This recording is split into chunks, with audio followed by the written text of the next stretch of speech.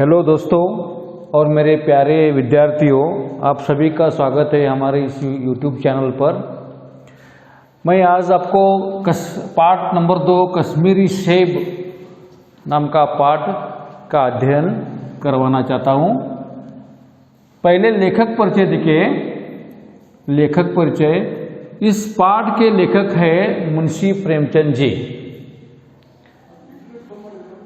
मुंशी प्रेमचंद जी का जन्म 31 जुलाई 1880 में वाराणसी के पास लमही नामक गांव में हुआ। ध्यान से सुनिए बच्चों, मुंशी प्रेमचंद जी का जन्म 31 जुलाई 1880 वाराणसी लमही नामक गांव में हुआ। उनका असली नाम क्या? धनपत राय है। उनका असली नाम धनपत राय। वे शिक्षा विभाग में यानी एजुकेशन डिपार्टमेंट में नौकरी करते थे। उनका जीवन गरीबी में ही गुजरा। उनके उपन्यास है, नोवेल्स कौन कौन से हैं इसकी ओर ध्यान देना चाहिए। मुंशी प्रेमचंद जी द्वारा लिखित उपन्यास है गोदान, सेवा सदन, गबन, निर्मला, कर्मभूमि आदि। समझ में आया? उनके उपन्यास है गोदान, सेवा सदन, गबन, निर्मला, कर्मभूमि। कहानियां हैं बड़े घर की बेटी। दूसरी कहानी है नमक का दरोगा, पंच परमेश्वर, पूस की रात। उनकी कहानियां मानसरोवर नाम से क्या है? संग्रहित यानी संकलित है। कहानियां मानसरोवर नाम से संकलित है। इनके लेखन में गांव का जीवन का चित्रण मिलता है और किसानों का जीवन की छाप दिखाई देती है। ध्यान से सुनिए कि इस लेखक ने किसके ऊपर ज्यादा बल दिया है? गांव का जीवन और किसानों का जीवन।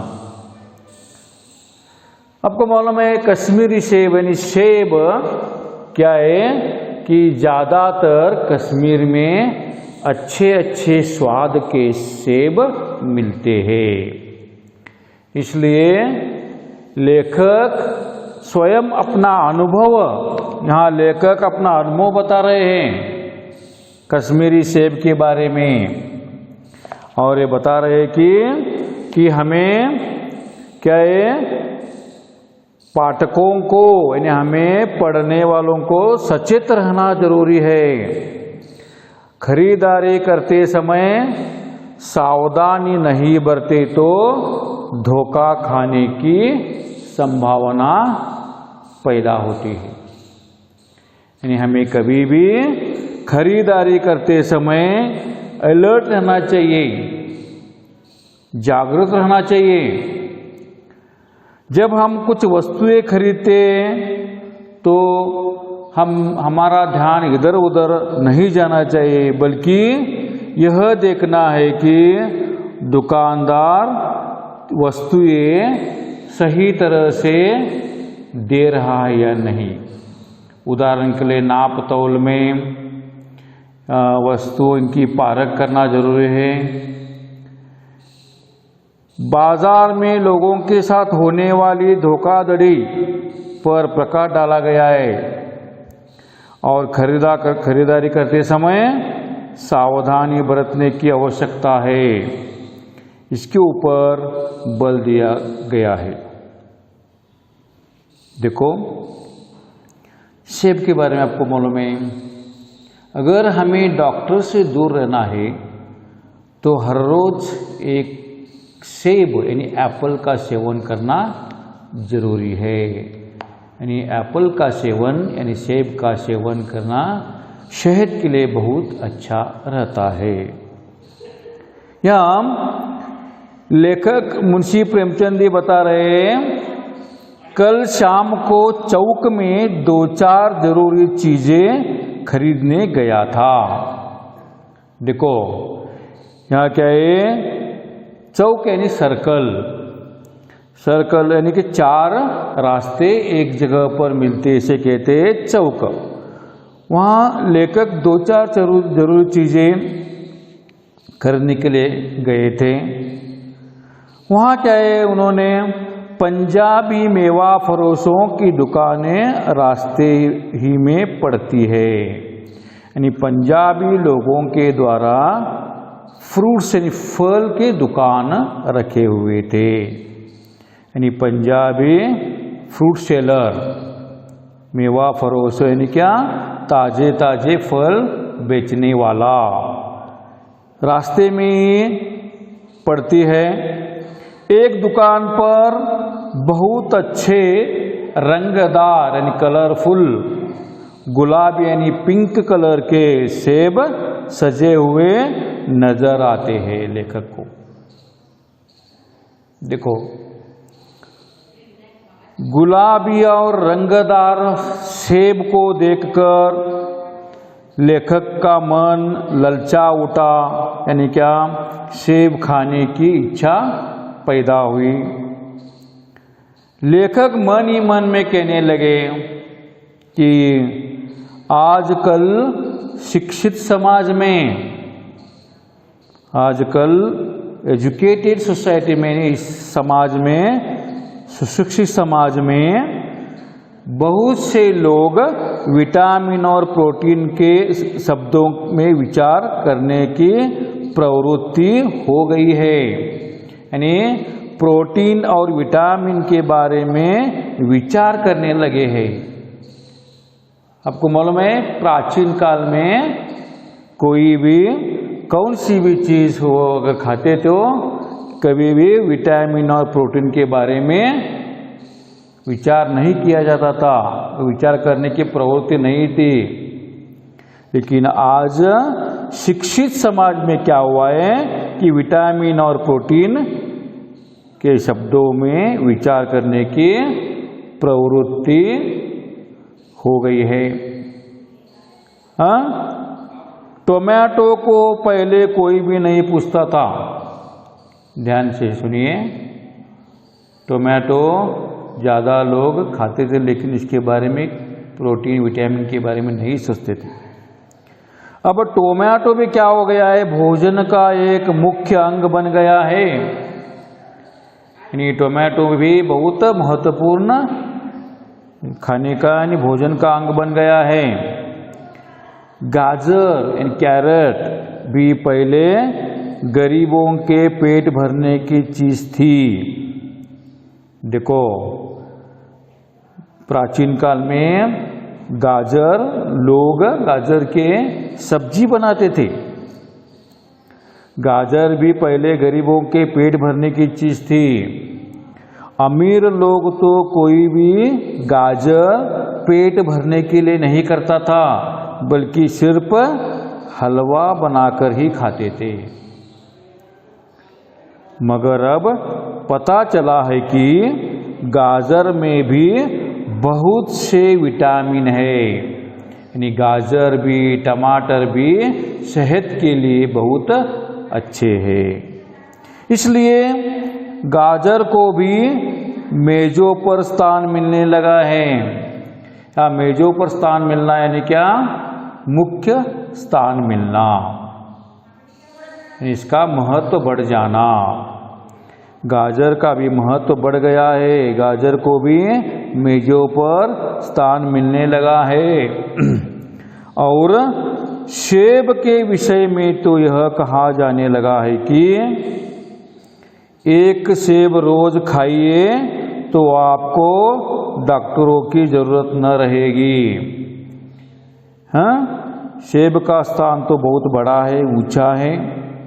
सेब के बारे में अगर हम कहेंगे तो एक सेब रोज खाइए तो आपको डॉक्टरों की जरूरत नहीं रहेगी। डॉक्टर से बचने के लिए हम नीम कौड़ी यानी कड़वे फल, कड़वा फल भी हम खा सकते हैं। नीम कौड़ी यानी नीम का फल भी खा सकते हैं। अगर डॉक्टर बताए तो डॉक्टर से बचने के लिए हम कड़वे फल भी नीम कौड़ी तक खाने को तैयार हो सकते हैं। सेब तो रस और स्वाद में अगर आम से बढ़कर नहीं है तो घटकर भी नहीं है।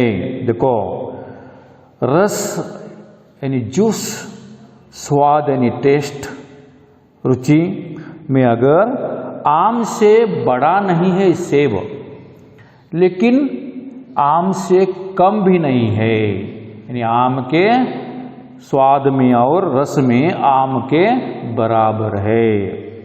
घटकर, इसका अर्थ क्या होता है बच्चों? घटकर यानी कम। नीम कौड़ी यानी कड़वा फल, मालूम है? यानी अगर हम डॉक्टर हमें बताएंगे तो हम डॉक्टर से बचने के लिए क्या कर सकते हैं? कड़वे फल भी खा सकते हैं, खाने के लिए तैयार हो जाते हैं। नीम कौड़े, नीम का फल भी खाने को तैयार हो जाते हैं। लेकिन सेब खाने में कोई भी हर्ज नहीं है। सेब तो रस और स्वाद में आम से बड़ा नहीं है, लेकिन आम के बराबर का फल है। सेब को यह स्थान मिल चुका है। अब वह केवल स्वाद की चीज नहीं है। देखो, सिर्फ सेब टेस्ट के लिए, स्वाद के लिए, रुचि के लिए नहीं, बल्कि उसमें गुण भी है। हमने दुकानदार से मोल भाव किया, बार्गेनिंग किया, हाँ, दाम ठहराया। दुकानदार से लेखक ने सेब के दाम या बार्गेनिंग करके, मोल भाव करके कितना? आधा शेर सेब मांगे। यहाँ आधा शेर यानी क्या है? आधा किलो। आधा शेर यानी आधा किलो। प्राचीन काल में किलो को के ऊपर नहीं तोलते थे, लेकिन शेर के ऊपर वस्तुएं देते थे। यहाँ आधा शेर, एक शेर यानी 1 किलो लगभग, और आधा शेर यानी आधा किलो। आधा शेर सेब मांगे, यानी लेखक आधा शेर सेब खरीदने के लिए तैयार हुए। दुकानदार ने कहा, बाबूजी बड़े मजेदार सेब आए हैं। वो मालूम है दुकानदार कैसे यानी कुछ अपनी चीज़ें, वस्तुएं बेचने के लिए बहुत अच्छे मीठी मीठी बातें करते रहते। बड़े मज़ेदार सेब आए हैं बाबूजी, खास कश्मीर के हैं। यानी कश्मीर के सेब पूरे दुनिया में प्रसिद्ध है। कहाँ के हैं? कश्मीर के हैं। आप ले जाए, खाकर तबीयत खुश हो जाएगी। तबीयत यानी क्या? सेहत। अगर आप एक कश्मीर के सेब खाएंगे तो, लेकर जाएंगे तो आपकी तबीयत यानी सेहत खुश हो जाएगी। इस तरह दुकानदार ने बाबूजी यानी लेखक से कहा।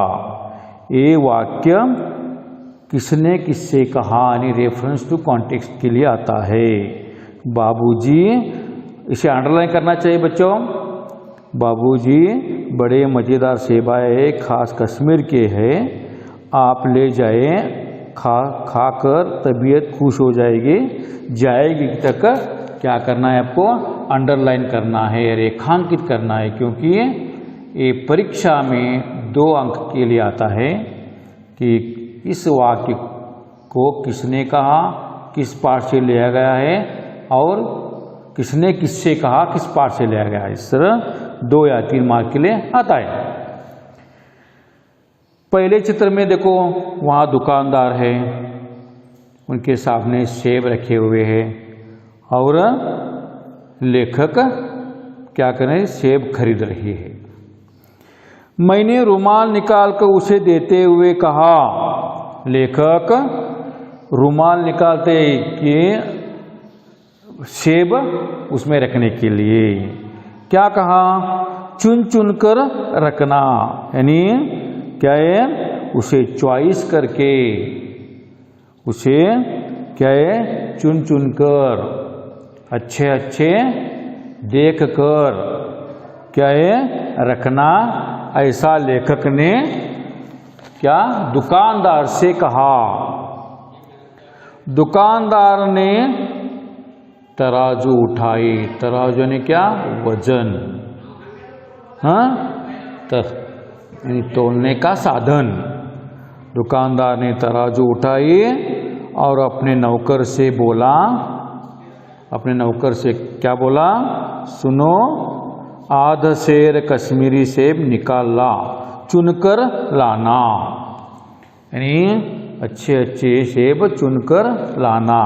इस तरह दुकानदार ने बाबूजी से यानी लेखक से, दुकानदार ने अपने नौकर से कहा, और अपने नौकर से क्या कहा, बोला, सुनो, आधा सेर कश्मीरी सेब निकाल ला, चुन कर लाना। लौंडा 4 सेब लाया।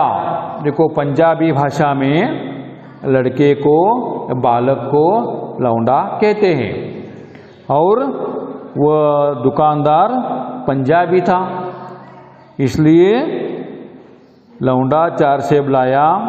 दुकानदार ने तौला यानी वजन किया, एक लिफाफे में उन्हें रखा।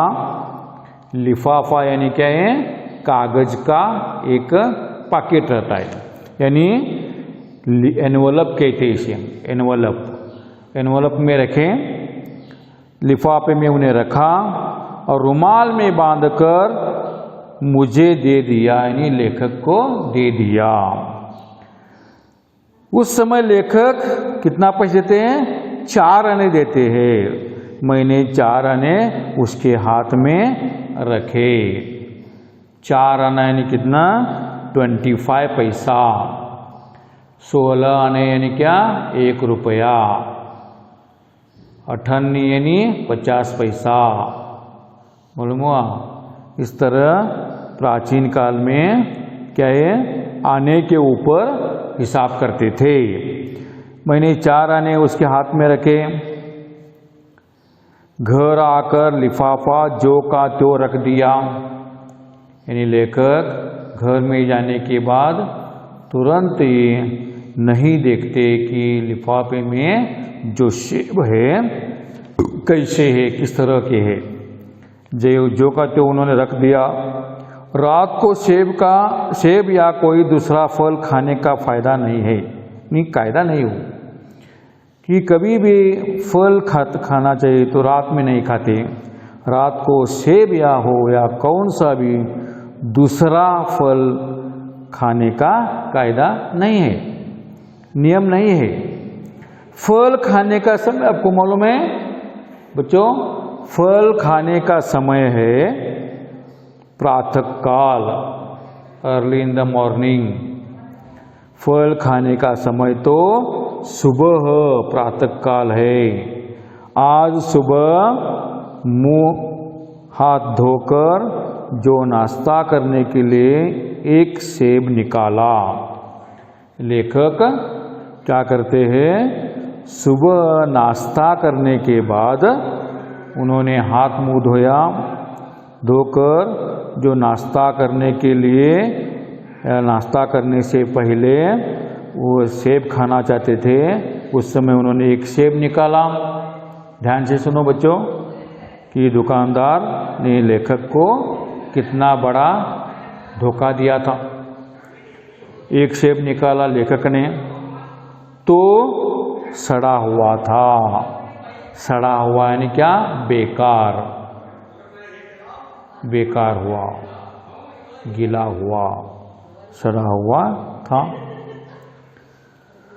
1 रुपये के आकार का छिलका गल गया था, यानी इतना सड़ा हुआ था वह सेब कि इसके ऊपर 1 रुपये के आकार का एक छिलका निकल गया था।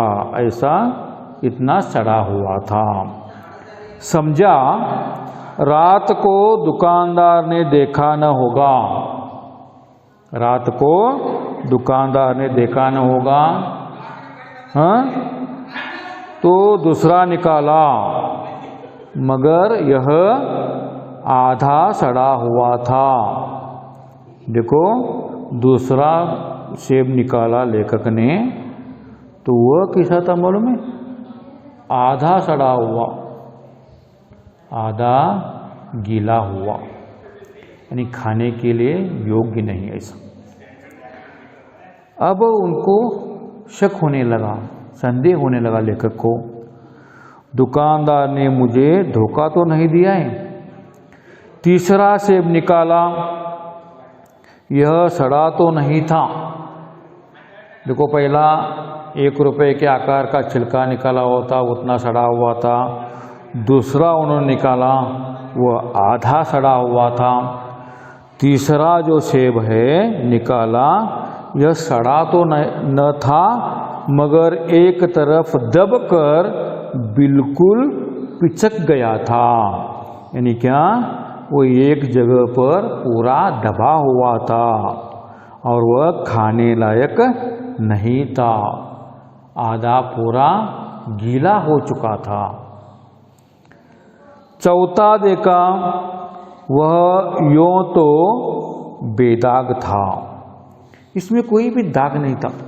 चौथे सेब में कौन सा भी दाग नहीं था, अच्छा ऊपर से अच्छा दिखता था, मगर उसमें एक काला सुराग था, उसमें एक काला दाग यानी सुराग यानी छेद, होल था, जैसा अक्सर बेर में होता है, बेरों में होता है, यानी अंग्रेजी में से बेर कहते हैं।